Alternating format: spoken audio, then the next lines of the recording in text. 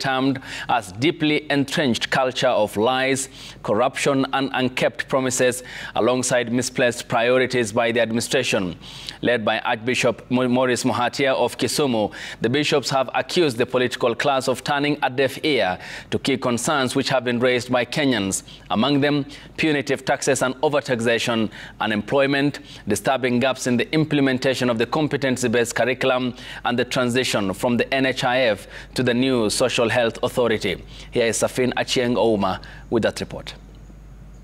In their latest assessment of the state of affairs in the country, the Kenya Conference of Catholic Bishops has accused President William Ruto's administration of condoning a culture of lies, empty promises, and misplaced priorities. We have made clear statements many times in the recent past with very little response from the government. Despite the calmness we are experiencing, there is a lot of anxiety, and most people are losing trust in the government.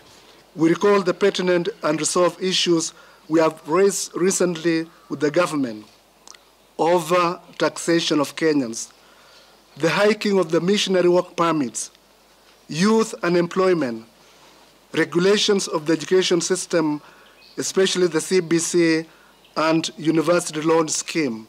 This culture of lies, unkept promises, and misplaced priorities is unacceptable and needs to be dealt with.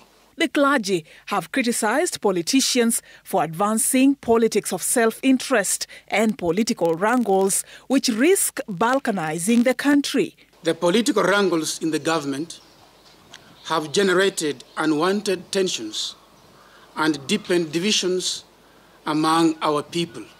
It is baffling that a bill proposing an extension of the 5-year term to 7 years is being considered, and apparently there are plans to rush it through the legislative system.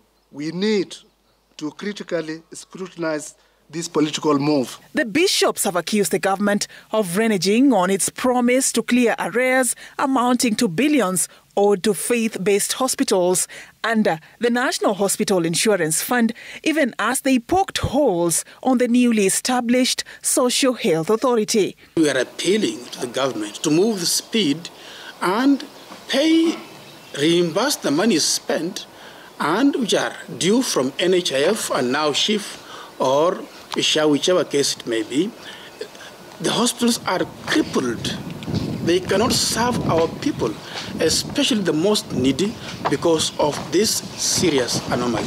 The bishops expressed their displeasure with the seeming laxity in the war against graft and addressing reported abductions, disappearances, and killings of Kenyans. Who is abducting these people?